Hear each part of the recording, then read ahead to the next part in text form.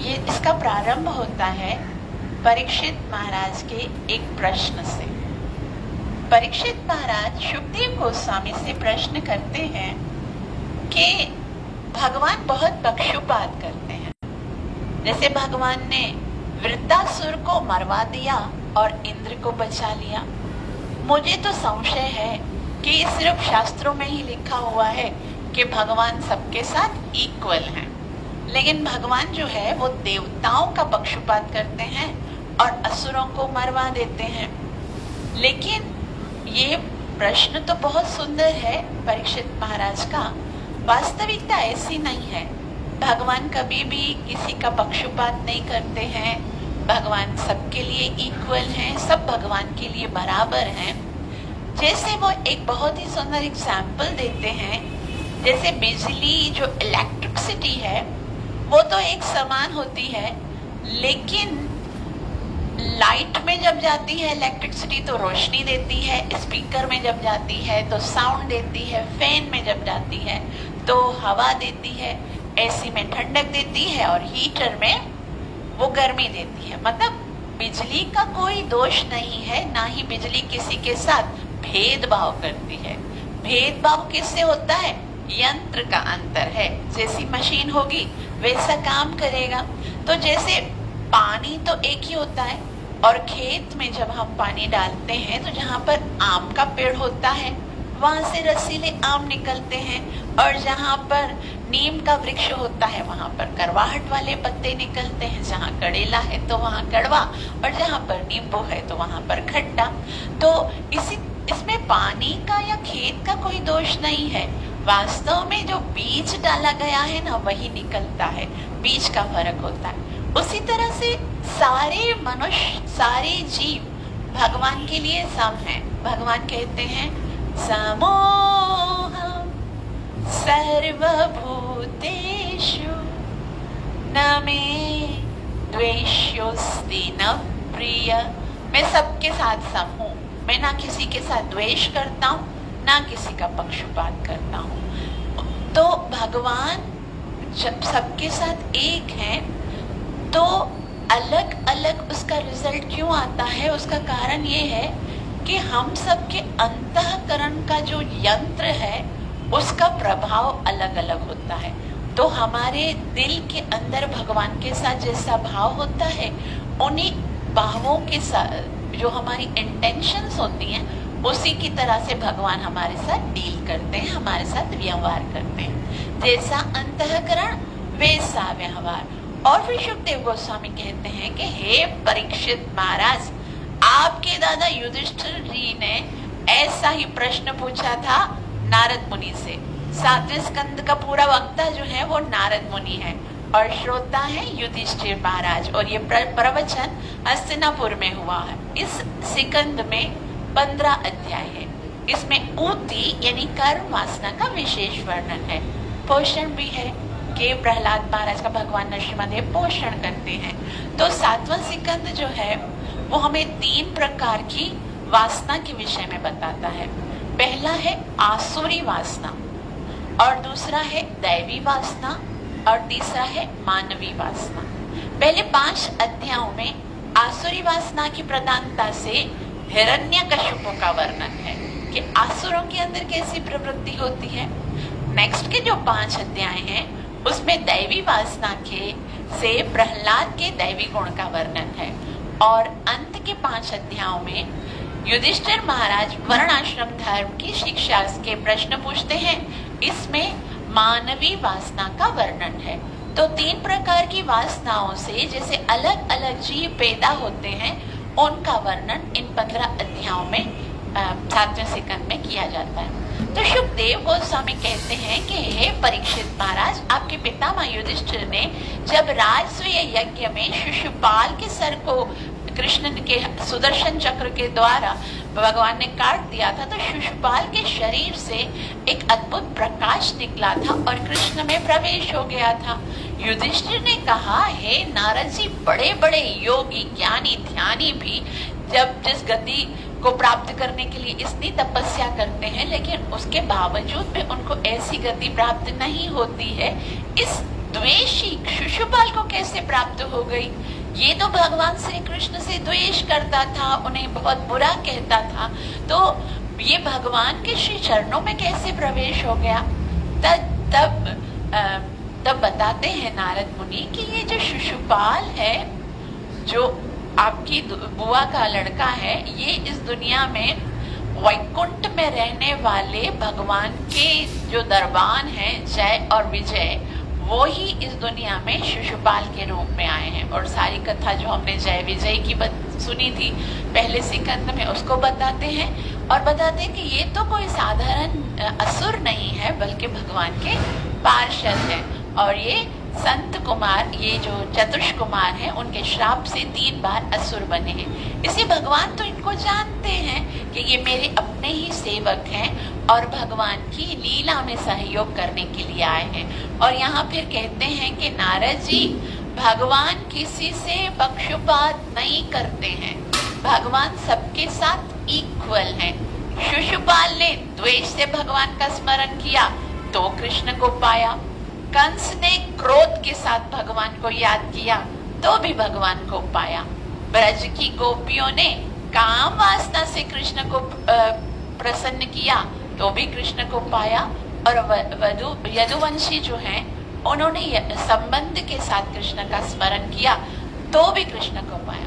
और हम यदि भक्त लोग कृष्ण को प्रसन्न करना चाहते हैं और प्राप्त करना चाहते हैं, तो हमें भक्ति के साथ कृष्ण आसानी से प्राप्त हो सकते हैं, क्योंकि कृष्ण कहते हैं भक्त्या मामभिजानन्ति।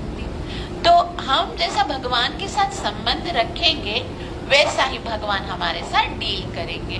जब छोटा सा बच्चा होता है और वो अपने पिताजी से कहता है, आ जाइए पिताजी, अब मैं आपके साथ फाइट करूंगा, तो पिताजी ये थोड़ी सोचते हैं कि अरे ये तो मेरे साथ फाइट करने वाला है, तो मुझे इसको मार डालना चाहिए। पिताजी भी बच्चे के साथ खेलते हैं और खेलने के बाद उसे आलिंगन करके उसे गोद में बिठाते हैं। उसी तरह से कोई असुर यदि भगवान के साथ युद्ध करने के लिए आता है, तो भगवान को तो पता है ना, भगवान तो जानते हैं भले ये असुर है लेकिन है तो मेरा ही बच्चा। तो वो बच्चा, जैसे छोटा बच्चा होता है, पिताजी कभी तो दाढ़ी खींचता है तो वो बाल खींचता है, तो कभी कैसे उसको आलिंगन करता है, तो भी पिताजी उसका बुरा नहीं मानते। इसीलिए भगवान किसी के भी इन सारी हरकतों से, असुरों की हरकतों से भगवान विचलित नहीं होते हैं। तो इस तरह से आगे बताते हैं कि भगवान किसी का पक्षपात नहीं करते हैं। जो जैसा भगवान के साथ संबंध रखेगा, भगवान वैसे ही उनके साथ डील करेंगे। तो इसके बाद बताते हैं कि जब हिरण्यकश्यप का वध हो गया वराह देव के मृत्यु के बाद, तो हिरण्यकश्यप की जो पत्नी है वो बहुत ज्यादा दुखी हो गई, और हिरण्याक्ष की जो पत्नी है वो बहुत ज्यादा दुखी हो गई, और उनको शांत करने के लिए हिरण्याक्ष के जो बड़े भाई हैं हिरण्यकश्यप, वो वहां पर आते हैं और उन्हें बहुत सुंदर उपदेश देते हैं और बहुत सुंदर आत्मा का उपदेश देते हैं। वो बताते हैं कि आप क्यों चिंता कर रहे हो, संसार में जो मरता है वो तो शरीर है, बाकी जो आत्मा है उसकी तो कभी मृत्यु नहीं होती। जैसा भगवान श्री कृष्ण भगवद गीता के 2 अध्याय में कहते हैं, ना जायते मृत्यते वा कदाचित्। तो ये आत्मा न कभी मरी है, न कभी मरती है और ना ही कभी मरेगी। तो इस आत्मा के लिए तो शोक करने की आवश्यकता नहीं है। और शरीर तो ऐसा है जैसे जीव शरीर पे कपड़े पहनता है, जैसे एक वस्त्र को बदलने के लिए दूसरा वस्त्र धारण करना पड़ता है, उसी तरह से आत्मा एक शरीर को बदलती है और दूसरा शरीर धारण करती है। तो इस तरह से वो शोक को नाश करने के लिए बोलते हैं कि आपको चिंता करने की आवश्यकता नहीं है, और ये तो सबके साथ होना है। मृत्यु तो सबकी होती ही है, और जिस तरह से हम जब भी इस संसार में पैदा होते हैं ना, तो एक वारंटी कार्ड लेकर आते हैं, उस पे लिखा होता है एक न एक दिन मरोगे। तो आज उनकी मृत्यु हुई है, कल हमारी मृत्यु होगी, तो मृत्यु से ना बचा जा सकता है। ये एक ऐसा अनिवार्य और अटल सत्य है। मृत्यु ऐसा सत्य है जिसको कोई नहीं बदल सकता। तो हमें इसके लिए इतना दुखी नहीं होना चाहिए। और उसके बाद एक बहुत ही सुंदर स्टोरी बताते हैं कि एक शिकारी है, वो एक शिकार करता है, परिंदों को, एक परिंदे को पकड़ लेता है, और उसके दुख में जब दूसरे उनके जो दूसरी चिड़िया है वो भी आती है तो वो बहुत ज्यादा दुखी होता है, तो उसको भी पकड़ लेता है। तो इतना दुखी होने की आवश्यकता नहीं है, क्योंकि आत्मा को तो कुछ भी उसका नाश नहीं होता। नैनम छिन्नन्ति शस्त्राणि नैनम दहति पावक न चैनम क्लेदयन्तव्यापो।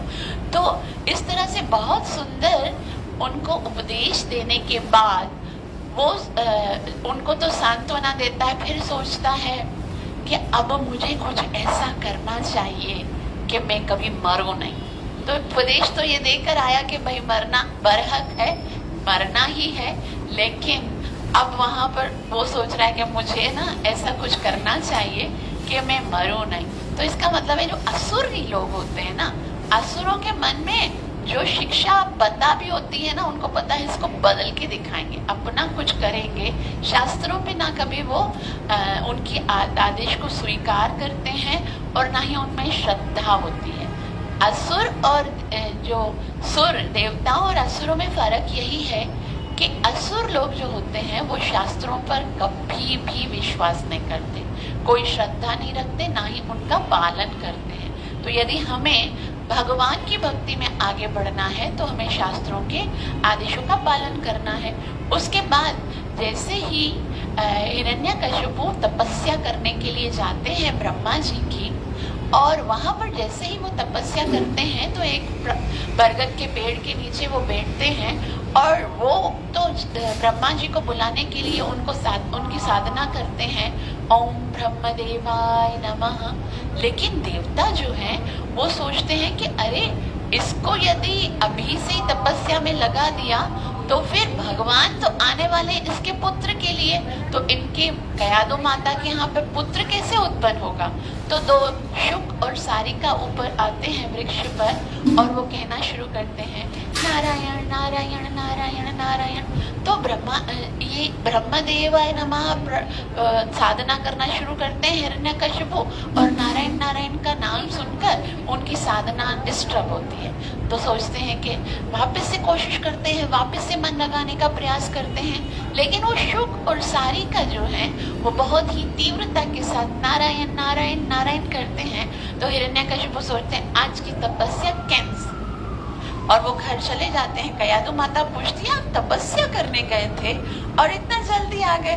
बोला लेकिन हुआ ये था कि वो तो पंछी थे ना, वो उन्होंने मुझे बहुत परेशान किया। बोला अच्छा वो क्या बोल रहे थे। बोला वो तो मत पूछो। बोला नहीं नहीं बताइए ना वो क्या बोल रहे थे। बोला वो मेरे शत्रु का नाम ले रहे थे। अच्छा कैसे ले रहे थे।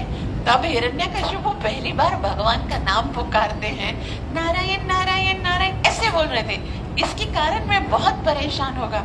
कयादु ने सुना मेरा पति जो है इतना बड़ा असुर है और भगवान का नाम ले रहा है, तो बहुत खुश। बार बार अलग अलग तरीके से उनके मुख से कृष्ण का नाम, नारायण का नाम पुकारते पुकारते रात होती है, और रात को गर्भदान के समय भी वो बार बार उनसे यही सोच पूछती है कि क्या बोल रहे थे वो। तो हिरण्यकशिपु बोलते नारायण नारायण नारायण। तो इस तरह से उसके ऐसा यहाँ से ये शिक्षा मिलती है कि एक संस्कार होता है जिसका नाम है गर्भदान संस्कार, जिसके द्वारा संतान का बीज पिता के द्वारा माता के गर्भ में परिस्थित किया जाता है। उस समय यदि मति भगवान में लगी होगी तो संतान भगवान का भक्त बनता है। तो इस तरह से कयादु माता गर्भवती होती है, हिरण्यकशिपु फिर दूसरे दिन वापस से तपस्या करने जाते हैं, और देवता सारे समझते हैं कि क्योंकि ये हिरण्यकशिपु का ही एक अंश जो है वो कयादु के गर्भ में है, तो ये तो सर्प का पुत्र तो सपोला ही होगा, तो इसको तो हमें मार डालना चाहिए। इंद्र जो है वो कयादु माता को घसीटता हुआ लेके जाता है और अपने अमरावतीपुरी की ओर, और रास्ते में उनको नारद मुनि मिलते हैं। नारद मुनि कहते हैं हे इंद्र, यूं तुम इस कयादु माता को पकड़ के खींचते घसीटते हुए कहाँ लेके जा रहे हो। तो इंद्र कहते हैं नारद जी आप नहीं जानते, ये उस असुर की पत्नी है और इसके गर्भ में उस असुर का जो बीज है वो पनप रहा है, मैं इसके लिए उसका नाश कर दूंगा। तभी नारद मुनि कहते हैं कि कौन भगवान का भक्त बनेगा, कौन असुर बनेगा, ये निर्णय लेने वाले तुम कौन हो? और खबरदार जो तुमने इसको हाथ लगाया है, जाओ तुम अपने स्वर्ग में जाकर वास करो। और उसके बाद नारद मुनि कयादु जो हिरण्यकशिपु की पत्नी है उनको अपने आश्रम में लेकर जाते हैं और वहां पर जो प्रहलाद जो कि माता के गर्भ में है वो नारद मुनि से सारी भक्ति की शिक्षा प्राप्त करते हैं। तो यहाँ से ये सिद्धांत प्राप्त होता है कि यदि माता गर्भ में जब गर्भवती स्थिति में यदि भगवान के भक्ति के विषय में श्रवण करती है, साधुओं का संग करती है, गीता भागवत को श्रवण करती है, तो माँ के द्वारा जो गर्भ में स्थित बच्चा है वो उन सारे भगवान के सारे उपदेशों को, शास्त्रीय उपदेशों को ग्रहण करके एक शुद्ध भक्त बनता है। इसलिए माता जब गर्भवती होती है उसकी बड़ी जिम्मेवारी होती है कि वो अब पूरा का पूरा समय जो है वो भगवान की भक्ति में लगाए ताकि उसकी संतान को ये सारे संस्कार गर्भ में ही प्राप्त हो जाए। तो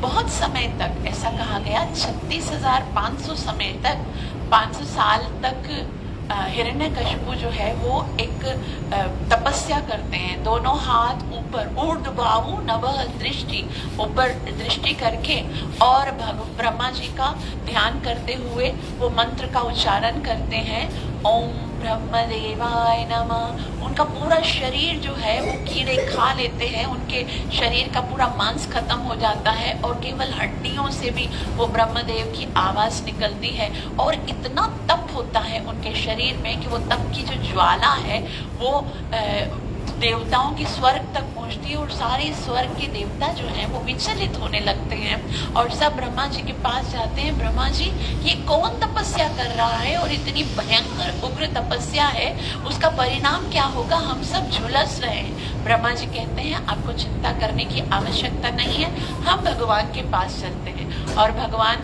के पास जाकर ब्रह्मा जी वहां पर पहले उतरते हैं। ब्रह्मा जी पूछते हैं कि आप बताइए कि अब आपकी तपस्या से मैं तो बहुत प्रसन्न हो गया हूँ, आपको क्या वरदान चाहिए? तो हिरण्यकशिपु कहते हैं कि हे ब्रह्मदेव, मुझे आप अमर बना दो, मैं कभी मरूं नहीं। तो ब्रह्मा जी कहते हैं प्रलय आने के बाद तो मेरी भी मृत्यु हो जाती है, तो मैं तुमको अमर तो नहीं बना सकता, तुम कोई और वरदान मांगो। बोला ठीक है, अगर तुम डायरेक्ट से अमर होने का वरदान नहीं दे सकते हो तो मैं जो कहता हूँ आप उनके लिए मुझे वरदान देते जाओ कि संसार में आपके बनाए हुए किसी प्राणी के द्वारा ना मरूं, मैं किसी देवता के द्वारा ना मरूं, मैं किसी असुर के द्वारा ना मरूं, मैं किसी पशु के द्वारा ना मरूं, मैं किसी मानव के द्वारा ना मरूं, मैं किसी अस्त्र से ना मरूं, मैं किसी शस्त्र से ना मरूं, मैं ना धरती पे मरूं, ना आसमान पे मरूं, ना घर के अंदर मरूं, ना घर के बाहर मरूं, मैं कहीं किसी भी जो भी मरने के साधन है वो सारे साधनों को ना करते हुए उन्होंने कहा कि मैं इन सबके द्वारा ना मरूं। और उसके बाद जब ब्रह्मा देव ने उन्हें कहा कि तथा अस्तु, तब हिरण्यकशिपु जो है वो बहुत ज्यादा शक्तिशाली हो गया और शक्तिशाली होकर संसार में हाहाकार मचा दिया। उन्होंने ब्राह्मणों के यज्ञ बंद कर दिए, योगियों की साधना बंद कर दी, भक्तों की भक्ति बंद कर दी और केवल यही हर जगह पर यही जाकर हाहाकार मचा दिया कि मैं ही भगवान हूँ, मैं ही भगवान हूँ, सबको मुझे ही पूजा करनी है। और ब्रह्मा जी के वरदान को दिखाते हुए और इस तरह से जब वो वापस आए हैं तो सारे संसार में केवल पाप ही पाप, आतंक ही आतंक है। तो फिर उसके बाद जब सारे देवी देवता देखते हैं कि इतना आतंक मचा दिया है तो ब्रह्मा जी सबको लेकर भगवान के पास जाते हैं। और जब भगवान के पास जाते हैं तो भगवान कहते हैं आपको चिंता करने की आवश्यकता नहीं है, मुझे हिरण्यकशिपु के इन अपराधों के विषय में सब पहले से ही पता है और इसका वध तभी होगा जब ये अपने पुत्र प्रहलाद के ऊपर बहुत उसके विरोध में उसको मारने की चेष्टा करेगा, तब इसका वध हो जाएगा। तो परीक्षित महाराज बोलते अपने पुत्र को मारने की चेष्टा, पिता तो इतना स्नेही होता है, अपने पुत्र से कितना प्यार करता है, ये हिरण्यकशिपु अपने ही पुत्र का शत्रु क्यों बन जाएगा? तो वहां से कथा प्रारंभ होती है कि प्रहलाद महाराज जो कि कयादु माता के गर्भ में थे, उनका जब जन्म होता है 5 साल के बालक होते हैं तो हिरण्यकशिपु जो है उनको एक गुरुकुल में शिक्षा लेने के लिए भेजते हैं। प्रहलाद महाराज ने क्योंकि नारद मुनि का संग किया था, उन्हें बहुत सारे शास्त्रों का ज्ञान था, भक्ति की महिमा का पता था और भगवान में उनका मन लग गया था। तो वो जब षंड और अमर उन आसुरी गुरु के शिष्यों के पास गए तो वहां पर उसका मन नहीं लगा इस आसुरी शिक्षा में, और वो उसी तरह से भगवान में मन लगाए और मन लगाते भगवान में मन लगाते लगाते वो हर वक्त ना किसी बच्चों ना कुछ खेल कूद में अपना समय बिताते थे और ना ही कुछ, वो हर वक्त भगवान का नाम का कीर्तन करते थे। तो एक दफा जब हिरण्यकशिपु ने वेकेशंस में जब प्रहलाद घर पे आए तो हिरण्यकशिपु ने पूछा, अच्छा प्रहलाद बताओ कि तुम्हारे गुरुजनों ने तुम्हें क्या सिखाया है? तब और उन सारी शिक्षाओं में तुम्हें सबसे ज्यादा सुंदर शिक्षा कौन सी लगती है? तब प्रहलाद महाराज बताते हैं कि पिताश्री मुझे तो एक ही शिक्षा अच्छी लगती है। कौन सी शिक्षा अच्छी लगती है? तब प्रहलाद महाराज कहते हैं, तत् साधु मन्ये असुरवर्य देहिनाम्। हे असुरवर्य, मुझे तो बस यही अच्छा लगता है, वनं गतो वा हरिमाश्रयेत, कि हमको वन में जाकर भगवान हरि की भक्ति करनी चाहिए। यदि सारी शिक्षाओं का कुछ है तो बस यही है कि भगवान की भक्ति करना ही हमारे जीवन का एकमात्र लक्ष्य है। तभी ये सुनकर हिरण्यकशिपु बहुत ज्यादा क्रोधित हो गए और भड़क के कहा, ये छोटा सा बच्चा है, इसको ये उल्टी पट्टी किसने पढ़ा दी? अरे षंड अमर, तुम्हारे गुरुकुल में मैंने इसे इसलिए भेजा था ताकि ये हमारे असुरों की विद्या को प्राप्त करे, युद्ध नीति को सीखे, आसुर नीति को सीखे। ये इसको भगवान विष्णु की भक्ति की पट्टी कौन पढ़ाता है? तब षंड और अमर कहते हैं, क्षमा कीजिए, हमसे गलती हो गई, हम इसे वहां लेके जाते हैं और बहुत ही सुंदर रीति से आसुरी शिक्षा देते हैं। उसके बाद प्रहलाद महाराज को पुनः गुरुकुल में लेकर जाते हैं और गुरुकुल में लेकर जाने के बाद कुछ समय के बाद वापस से प्रहलाद महाराज आते हैं और पिता वही पूछते हैं कि तुमने अब की बार जो सीखा उसमें तुम्हें सबसे अच्छा क्या लगा? तब प्रहलाद महाराज कहते हैं, पिताजी मुझे तो नवदा भक्ति के अतिरिक्त और कुछ अच्छा नहीं लगता। वो जो नवदा भक्ति है जिससे भगवान प्रसन्न होते हैं, वो श्रवणम कीर्तनम विष्णु स्मरणम पाद सेवनम अर्चनम वंदनम दास्यम सख्यम आत्मनिवेदनम, इसी से भगवान को प्रसन्न किया जा सकता है। इसलिए हमें भगवान की कथाओं को सुनना चाहिए, भगवान के नाम को कीर्तन करना चाहिए और भगवान को स्मरण करना चाहिए, क्योंकि यही हमारे जीवन का एकमात्र उद्देश्य है कि हम भगवान को खुश करें। ये सुनकर तो हिरण्यकशिपु इतना क्रोधित हो जाते हैं जैसे एक सांप जो है वो इस तरह से किसी को ढसने के लिए आता है, या कोई हाथी जब उसको अपने किसी शत्रु के ऊपर पैर रखता है, वो झड़क के अपनी गोद से उतार देते हैं प्रहलाद महाराज को और नीचे फेंक देते हैं और बोलते हैं, शांत अमर, ये कौन सी शिक्षा दे रहे हो, इसको ले जाओ इसको। तो इस तरह से वो वापस से लेकर जाते हैं और वहां पर कुछ ऐसा होता है कि कुछ समय के बाद जो टीचर हैं षंड और अमर, वो जाते हैं कहीं पर नहीं होते हैं और प्रहलाद महाराज सोचते हैं कि भक्ति तो बहुत हो गई, अब प्रचार भी होना चाहिए। और प्रहलाद महाराज प्रचार करना प्रारंभ करते हैं और एक वृक्ष है उसके चबूतरे पे आकर बैठते हैं और बोलते हैं, आओ आओ असुर बालकों, मेरे निकट आओ, मुझे तुम्हें कुछ शिक्षा देनी है। तब सारे असुर बालक आ जाते हैं और कहते, प्रहलाद महाराज शिक्षा देना प्रारंभ करते हैं। श्री प्रहलाद उवाच कौमाराचरेत् प्राज्ञो धर्मान् भागवतानिह दुर्लभं मानुषं जन्म तदप्यधुर्मर्थदम्। कौमार आचरित प्राज्ञो, अर्थात जो भक्ति है वो हमें बचपन से ही 5 साल की आयु से ही भक्ति प्रारंभ करनी चाहिए।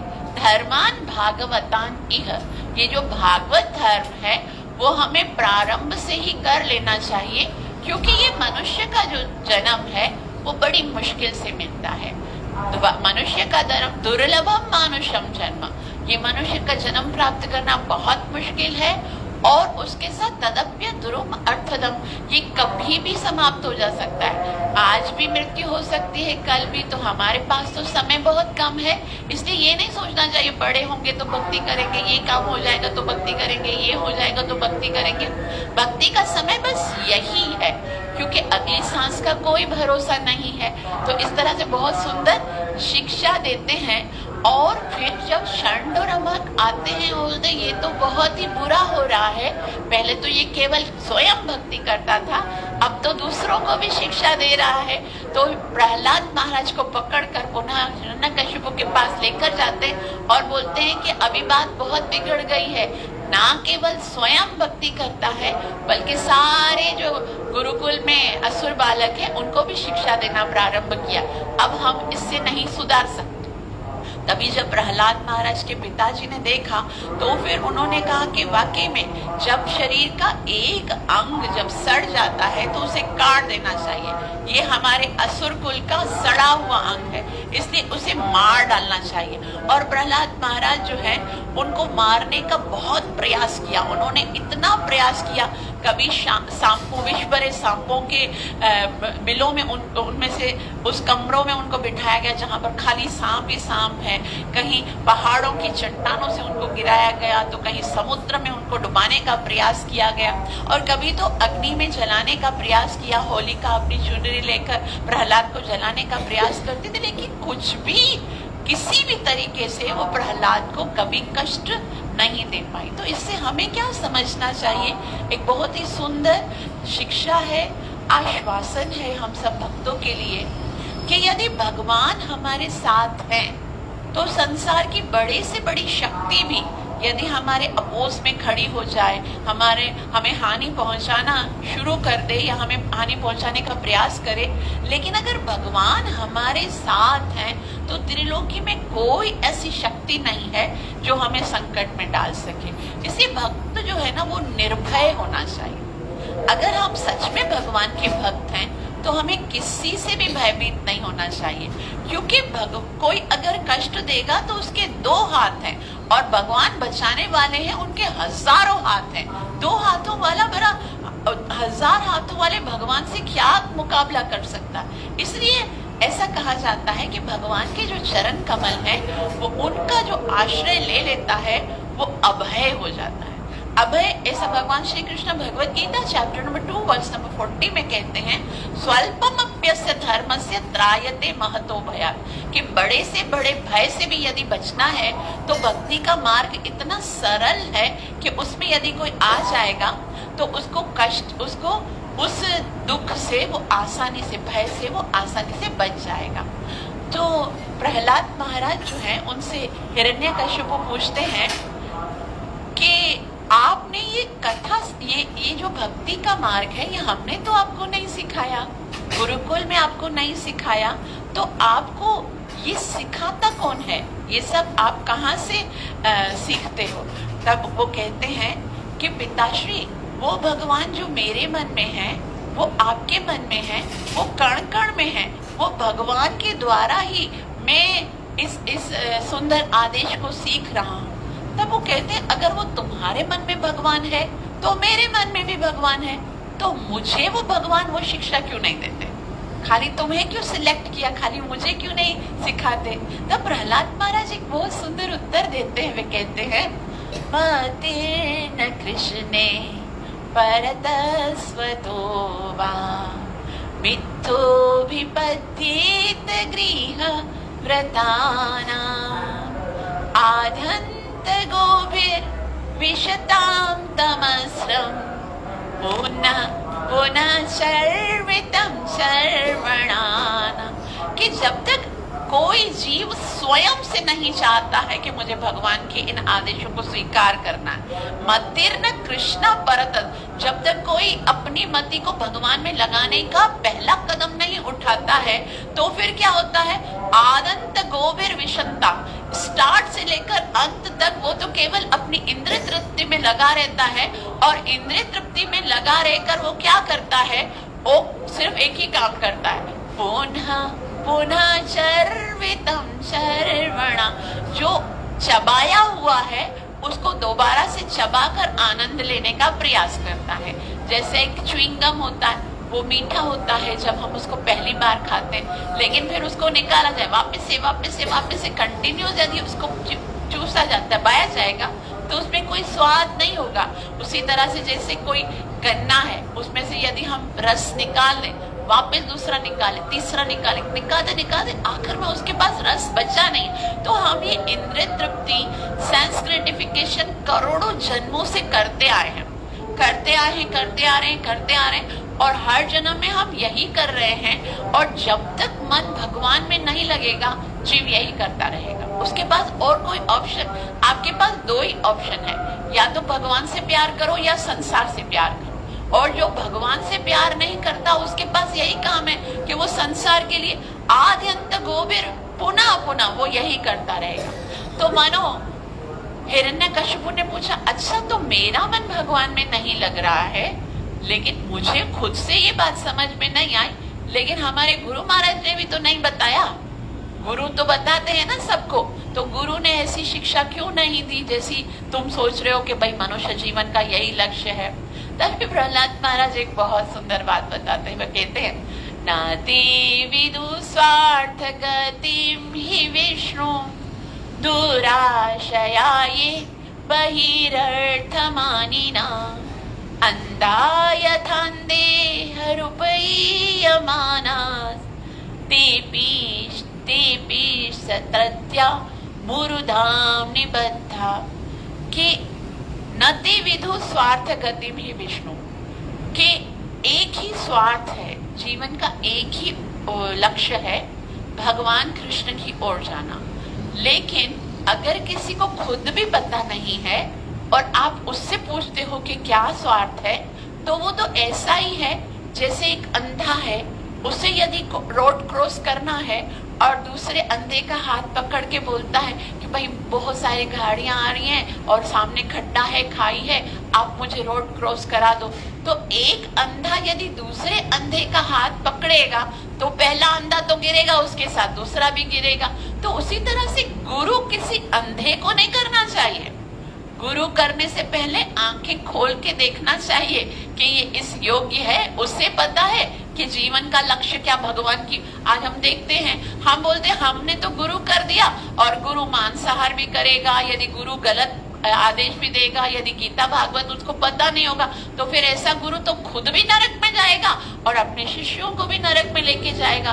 तो इस तरह से प्रहलाद महाराज जो है वो सुंदर सुंदर शिक्षाएं देते हैं। बहुत सुंदर शिक्षाएं देने के बाद उसके बाद जो है ना हिरण्यकशिपु, वो प्रहलाद को मारने का प्रयास करते जब देखते हैं कि सारे प्रयास निष्फल हो रहे हैं, तो एक दिन प्रहलाद महाराज से पूछते हैं कि अच्छा बताओ प्रहलाद, तुम जिस विष्णु की भक्ति करते हो वो विष्णु है कहाँ? तब प्रहलाद कहते हैं कि पिताश्री वो विष्णु तो प्रत्येक क्षण में है, प्रत्येक कण में है, कोई ऐसी जगह नहीं है जहाँ भगवान नहीं है। तो बोला अच्छा वो तुम्हारी रक्षा हर समय करता है, तो पुकारो उस विष्णु को, कहाँ है वो, क्या ये वो इस खंबे में है? तब प्रहलाद महाराज कहते हैं हाँ वो इस खंबे में भी है। बोला हर समय तुम्हें मारने का प्रयास करता हूं मैं, कभी मरते नहीं हो तुम, बार बार वो तुम्हें बचाता है। आज तुम स्वयं उस विष्णु को कह दो, अगर वो इस खंबे में से प्रकट हुआ तो वो तुम्हारी जान बचा लेगा, और अगर इस खंबे में से वो नहीं प्रकट हुआ तो मैं तुम्हारा वध कर दूंगा। तो प्रहलाद महाराज खंबे को ध्यान से देखते हैं और कहते हैं भगवान आज तो मेरी भक्ति की परीक्षा है, आप आओगे ना तो उसमें उनको तो भगवान पूरे दिख रहे हैं। और भगवान कहते हैं कि हाँ मैं बिल्कुल रेडी हूँ, तुम खाली बोल दो कि मैं यहाँ पर। और प्रहलाद महाराज जैसे ही कहते हैं हाँ इस खंबे में भगवान है, और हिरण्यकशिपु जोर से अपनी गदा के प्रहार से उस खंबे को फाड़ देता है, और जैसे ही खंबा फटता है उसमें से एक भयंकर आवाज निकलती है, मानो पूरा ब्रह्मांड फट रहा हो। नरसिम्हा भगवान का जो शरीर है वो इतना विशाल होता है, ब्रह्मा आदि देवताओं को लगा कि इस ब्रह्मांड में प्रलय होने वाली है।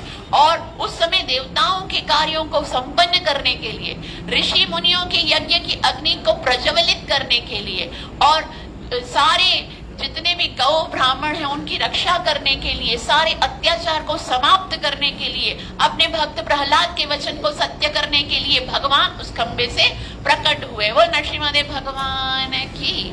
भगवान नरसिंहदेव का अद्भुत रूप था। उनका शरीर दबाए हुए सोने के जैसा था। उनकी प्रचंड आंखें थी, विकराल दांत, तलवार के समान लपटपाती हुई उनकी जिह्वा, खड़े हुए कान थे, पहाड़ की गुफा जैसी उनकी नासिका थी, भयंकर मुख, विशाल छाती, चंद्रमा के समान चमकते हुए रोंगटे, सेना के समान हजारों भुजाएं। नरसिंहदेव भगवान के नाखून अस्त्र शस्त्र के समान थे, आकाश को छूने वाले उनके नख, और भगवान का शरीर इतना अद्भुत था। भगवान की गर्दन के बाल हिलने से आकाश तितर बितर हो रहा था। भगवान की सांसों से समुद्र उद्विग्न होने लगा। ब्रह्मा जी ने वरदान दिया था कि ना तो नर से मरेंगे ना पशु, और भगवान जो है वो ना नर के स्वरूप में और ना ही पशु के स्वरूप में आए थे। वो कैसे आए थे ऐसा बताया गया। शास्त्र कहता है, सत्यम विधातुम निज भृत्य भाषितुम व्याप्तुम च भूतेषु अखिलेषु चात्मनि अदृश्यता अद्भुत रूपमुद्वहन् स्तंभे सभायां न मृगम न मानुषम।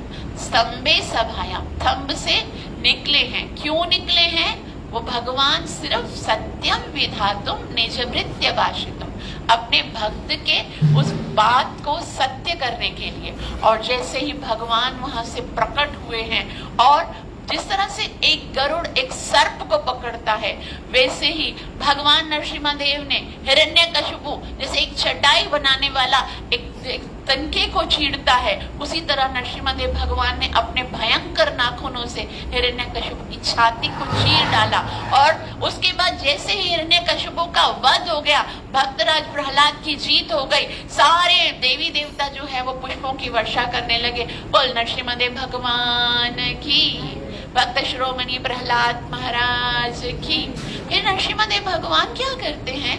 वो हिरण्यकशिपु के छाती को चीर के और उनकी जो अंतड़ियां हैं वो निकाल के गले में डाल रहे हैं। तो शुरू में जब मैंने सुना था ये, तो मुझे लगा था एक राक्षस है और उसकी भी अंतड़ियां हैं, तो भगवान क्यों गले में डाल रहे हैं? तो आचार्यगण जब तक किसी चीज को बताते नहीं है तब तक हमको समझ में नहीं आता। ऐसा बताते हमारे आचार्यगण कि आप जब किसी को स्मरण करते हो ना, अगर बहुत ही हृदय से स्मरण करते हो तो वो आवाज जो है, जब आप पुकारते हो, जब आप नाम लेते हो, तो नाम जो है उसकी आवाज अंतड़ियों से निकलती है। तो हिरण्यकशिपु सारा दिन किसका नाम लेते थे? वो बोलते विष्णु विष्णु विष्णु विष्णु विष्णु, और फिर विष्णु जो है उसको शत्रु है मेरा। और जब प्रहलाद भगवान का नाम लेते थे तब हिरण्यकशिपु बोलते थे प्रहलाद प्रहलाद प्रहलाद प्रहलाद। तो इस तरह से जब भगवान और भगवान के भक्त का नाम उनकी अंतड़ियों में छा गया था, तो भगवान ने कहा तुम्हारे पूरे शरीर गंदे से गंदा भरा हुआ है, अगर कुछ अच्छा है तो ये अंतड़ियां हैं, तो मैं वो अंतड़ियां अपने गले में डाल देता हूँ। तो इस तरह से भगवान अपने गले में डालते हो। लेकिन भगवान जो है वो इतना क्रोधित होते हैं, इतना क्रोधित होते हैं। सारे वहां पर जितने भी देवी देवता आते हैं वो सोचते हैं कि अब तो हिरण्यकशिपु की मृत्यु हो गई है, अब तो उन्हें शांत हो जाना चाहिए भगवान नरसिंहदेव को। लेकिन कोई उनके निकट नहीं आता। उनका इतना विशाल शरीर होता है और उनकी जो ज्वाला उगलती हुई उनकी आंखें हैं वो बहुत भयंकर स्वरूप में शेर की तरह दहाड़ते हुए हैं। तो सारे जो जितने भी देवी देवता हैं वो ब्रह्मा जी को कहते हैं आप इनको शांत करने के लिए जाइए। ब्रह्मा जी ने कहा देखो मुझे भगवान ने पहला आदेश दिया है तप करने के लिए, और यहाँ मुझे देखेंगे बोलेंगे तपस्या के लिए बोला था, तुम यहाँ पर आ गए, तो इसलिए मैं तो जा रहा हूँ तपस्या करने के लिए। फिर उन्होंने सारे देवताओं ने कहा शिव जी आप जाइए शांत करने के लिए। तो महादेव ने कहा कि मेरा तो काम है साधना करना, मैं भगवान की उग्र रूप के पास क्या करूं जाकर, मैं तो जा रहा हूँ कैलाश पे साधना करने के लिए। फिर लक्ष्मी जी को कहा कि आप तो उनकी पत्नी हो, पत्नी तो पति के हर एक रूप के साथ एडजस्ट करती है, तो आप जाके उनको शांत कीजिए। तो लक्ष्मी महारानी बोलती है ये तो वो लगता ही नहीं जिसके साथ मेरा विवाह हुआ था, क्योंकि जिसके साथ मेरा विवाह था वो तो एकदम अलग, शांताकारम भुजगशयनम, वो तो एकदम शांत होता है। और ये इतना उग्र, मुझे लगता है चेंज हो गया है, पहले ऐसा था नहीं, मुझे तो भय लग रहा है, मैं नहीं जाऊंगी। तो यहाँ पर एक बात हमें समझती है कि लक्ष्मी महारानी और नरसिम्हा देव तो नित्य साथ में है। लक्ष्मी नरसिम्हा वैकुंठ में नित्य लक्ष्मी देवी नरसिम्हा देव भगवान के साथ हैं। जैसे हम लोग बोलते हैं ना, नरसिम्हा कवच पढ़ते हुए भी क्या कहते हैं, लक्ष्मिया लिंगित वामांगम। तो लक्ष्मी जो है वो वाम अंग में बैठी है, तो फिर क्यों नहीं जाती है उनको शांत करने के लिए? क्योंकि भगवान इस समय प्रहलाद की महिमा का वर्णन, अगर ब्रह्मा विष्णु लक्ष्मी नरसिम्हादेव भगवान को शांत कर देते तो प्रहलाद की महिमा का वर्णन कैसे होता? तो भगवान अपने भक्तों को जब श्रेय देना चाहते ना, तो सारी जगहों पर माया का पर्दा, जैसे पहले हमने कल पढ़ा था कि युधिष्ठिर महाराज भगवान के कहने पर भी मान नहीं रहे थे। धौम्य ऋषि आए, नारद ऋषि आए, वेद व्यास जी आए, फिर भी नहीं मान रहे थे, भीष्म पितामह को श्रेय देना था। और आज भगवान को किसको श्रेय देना है? प्रहलाद महाराज को श्रेय देना है। इसलिए जब प्रहलाद महाराज को सारे देवता कहते हैं कि हे प्रहलाद महाराज, आपके ऊपर कृपा करने के लिए नरसिम्हादेव भगवान ने ये इतना भयंकर स्वरूप धारण किया है, तो कृपा करके आप ही उनको जाकर शांत कीजिए।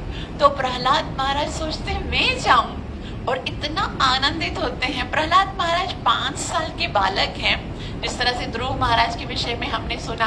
और 5 साल के प्रहलाद महाराज भगवान नरसिम्हादेव भगवान को पहले दंडवत प्रणाम करते हैं।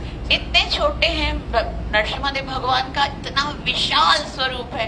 नरसिम्हादेव भगवान प्रहलाद महाराज को देखते हैं उनके चरणों में, और प्रहलाद महाराज की साइज कितनी है उस समय, नरसिम्हादेव भगवान का जो चरण है उनके टखने तक भी नहीं आ रही। और अब हार पहनाना है उनको, तो हार कैसे पहनाएंगे, क्योंकि भगवान तो बहुत ऊपर हैं। तो भगवान उनको देख रहे हैं, और जैसे ही छोटा बच्चा होता है उनको पिताजी की गोद में जाना होता है, तो कैसे हाथ ऊपर करता है, तो प्रहलाद महाराज भी हाथ ऊपर करते हैं, और नरसिम्हादेव भगवान उनको अपनी बाहों में लेकर यहाँ अपने मुख के पास लेकर आते हैं। और प्रहलाद महाराज जो है वो नरसिम्हादेव भगवान के गले में हार डालते हैं, और जैसे ही नरसिम्हादेव भगवान के गले में वो हार डालते, नरसिम्हादेव भगवान उनको प्रेम से आलिंगन करते हैं। और आलिंगन करके नरसिम्हादेव भगवान इतना सुंदर नर सिंह जो है वो जैसे ही प्रहलाद महाराज को गोद में उठाता है, प्रहलाद महाराज को इतना सुकून आता है, इतनी शांति का वो अनुभव करते हैं।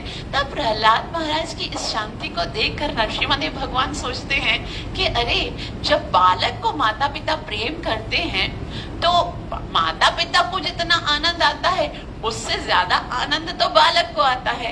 तो मैं तो बहुत घाटे में रह गया, मेरे तो माता पिता है नहीं, मैं तो खंबे में से उत्पन्न हुआ। और प्रहलाद के इस आनंद को देखकर उस समय नरसिम्हादेव भगवान मन में ये सोचते हैं, अब की बार जब भी मैं अवतार लूंगा ना, तो खंबे से नहीं लूंगा, तब मैं माता पिता के द्वारा ही अवतार लूंगा। और उसके बाद जब श्री राम के स्वरूप में आए या कृष्ण के स्वरूप में द्वापर युग में आए, तो भगवान हमेशा माता पिता की गोद में। और फिर प्रहलाद महाराज को आनंद आलिंगन करने के बाद नरसिम्हादेव भगवान पूछते हैं कि प्रहलाद, तुमने मेरी कितनी भक्ति की, तुमने मेरी कितनी साधना की, मुझे माफ कर दो, मुझे माफ कर दो, मैं तुम्हें लेने के लिए बहुत देर से आया, मुझे बहुत देर हो गई आने में। तभी प्रहलाद महाराज कहते हैं, अरे प्रभु, आपको देर कहाँ हुई? बोला, हाँ, तुमने बहुत कष्ट सहे ना मेरे वियोग में। बोला, नहीं, आपको देर कब हुई? हर समय तो आप मेरे साथ थे। जिस समय वो मेरा पिता मुझे हाथियों के पैरों के नीचे कुचलवा रहा था, उस समय मेरी रक्षा किसने की? आप ही ने तो आके की। जिस समय मुझे पहाड़ों की चट्टानों से गिराया गया, उस समय मेरी रक्षा किसने की?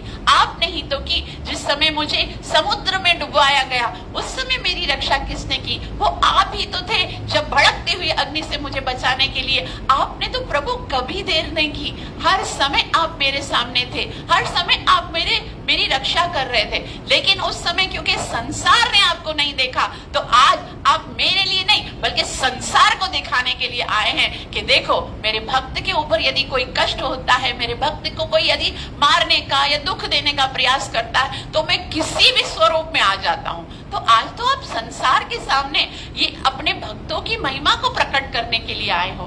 प्रहलाद महाराज को गले लगाकर नरसिम्हा भगवान इतना प्रेम करते हैं और कहते हैं, प्रहलाद मैं तुम्हारी सेवा से बहुत आनंदित हो गया, मांगो तुम्हें क्या वरदान चाहिए, तुम जो वरदान चाहोगे ना मैं तुम्हें वो वरदान दूंगा। तभी प्रहलाद महाराज रोने लगते और कहते हैं, हे प्रभु आप वरदान मांगने के लिए कह रहे हो, मगर मैंने तो आपसे प्रेम किया है, मैंने कोई सौदागरी नहीं की कि मैं आपकी भक्ति करूं और उसके बदले में आप मुझे कुछ दो, मैं आपसे प्रेम करता हूं। तभी नरसिम्हा देव भगवान कहते, नहीं नहीं, मैं तो जानता हूं कि तुम मुझसे प्रेम करते हो, लेकिन मेरी इच्छा है, मैं आपको कुछ देना चाहता हूँ, कुछ मांगो मुझसे, मेरी इच्छा है, मुझे खुशी होगी, मैं तुमको कुछ देना चाहता हूँ। तभी प्रहलाद महाराज कहते हैं, सच में आप मुझे कुछ देना चाहते हो?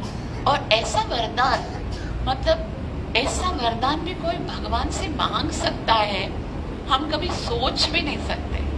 प्रहलाद महाराज कहते हैं, आप सच कहते हैं, जो मांगोगा वो देंगे?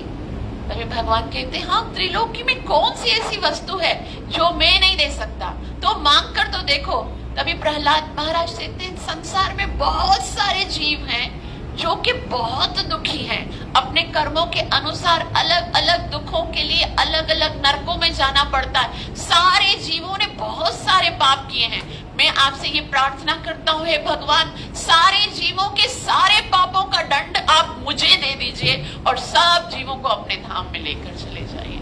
नरसिम्हा देव भगवान सुनकर उनका हृदय द्रवित हो जाता है और प्रहलाद को कहते, मैं तुम्हें नरक में जाने दूंगा।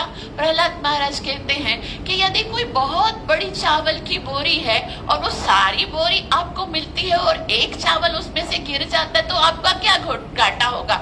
मैं एक नरक में चला जाऊंगा तो कितने करोड़ों लोग आपकी भक्ति करके आपके धाम में जाएंगे, तो आपका तो फायदा ही है। तभी नरसिम्हा देव भगवान बोलते, नहीं प्रहलाद, नहीं, मैं ऐसा नहीं कर सकता, सबके अपराधों का दंड मैं तुम्हें कैसे दे सकता हूँ, आप कुछ और मांग लो। तभी प्रहलाद महाराज नरसिम्हा देव भगवान से कहते हैं, प्रभु पहले कहते हो कि मुझसे मांग लो और फिर कहते हो ये, बोला तुम्हें कष्ट तो नहीं दे सकता।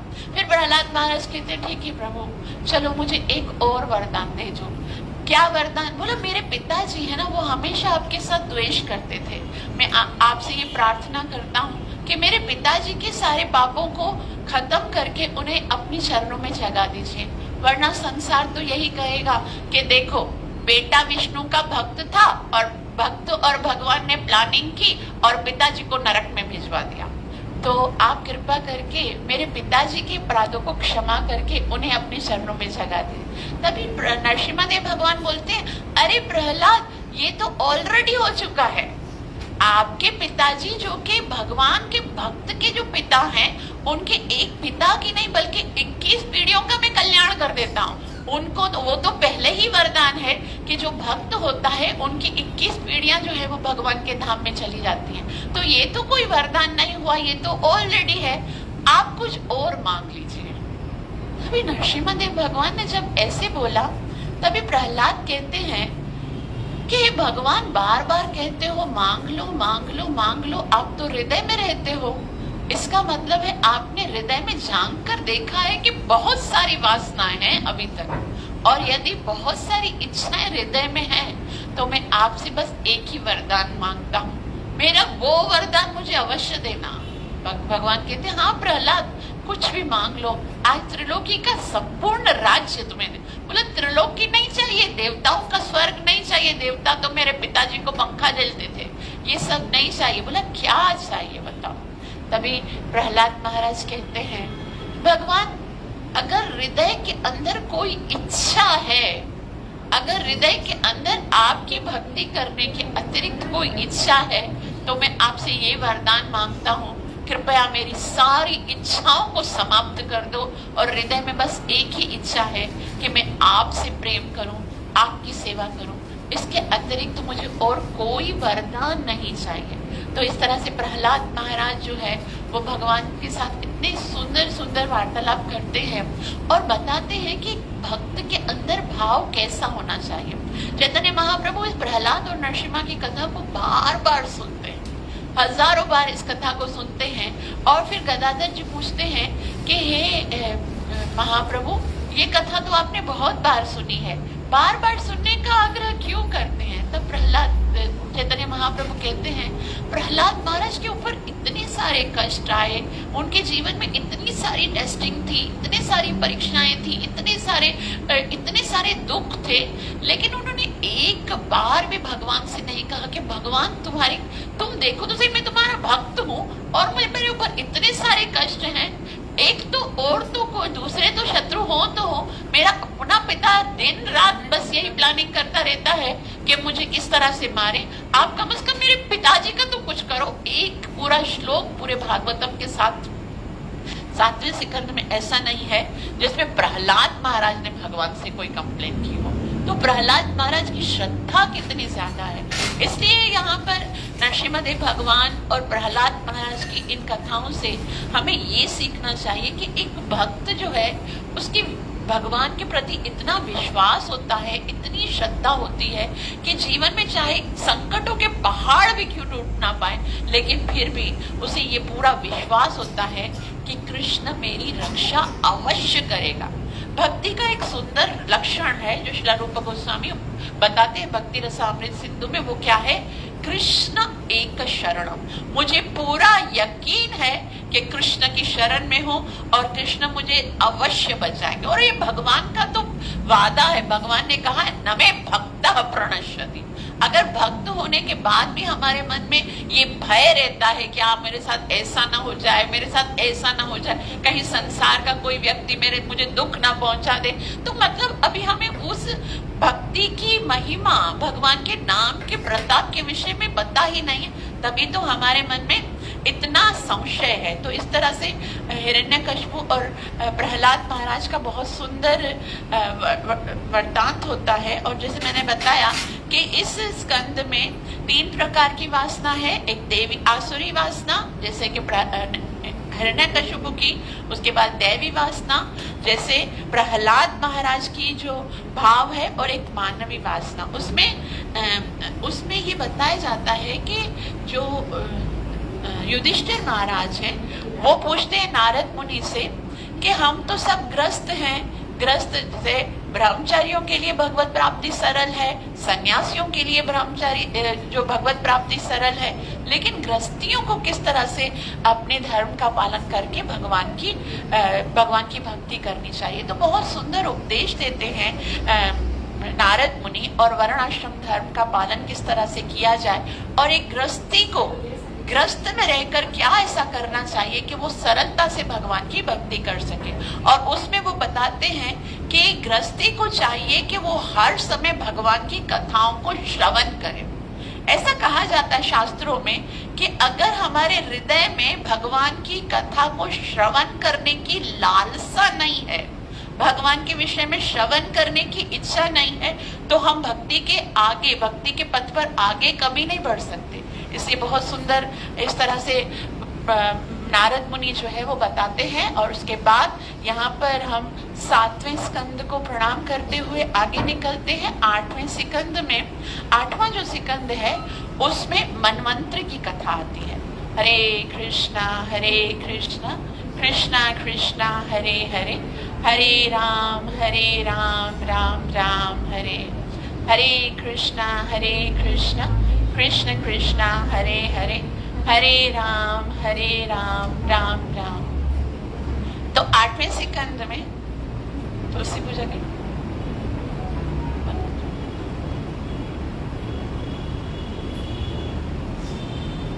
तुलसी पूजा तैयारी की।